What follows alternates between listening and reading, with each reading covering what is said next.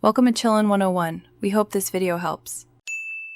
You start by verifying compatibility. Check your Mac OS version and the controller firmware because mismatches block pairing.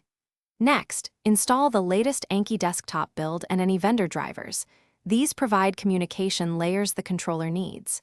If you prefer cable, plug a USB-C lead into the controller and Mac. If using Bluetooth, enable Bluetooth in system settings and put the controller into pairing mode.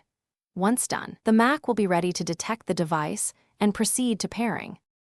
With the Mac ready, open Anki and navigate to the device or input preferences. This is where the connection becomes usable within the app. Choose Bluetooth if you paired wirelessly, selecting the controller from the list, or pick the USB device if wired. Then configure input mappings. Assign buttons to actions like Next Card, Flip, or Tag.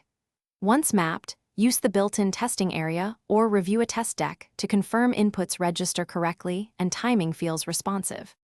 Finalize by saving your controller mappings and restarting Anki so settings fully apply. Test a regular study session to verify stability and latency.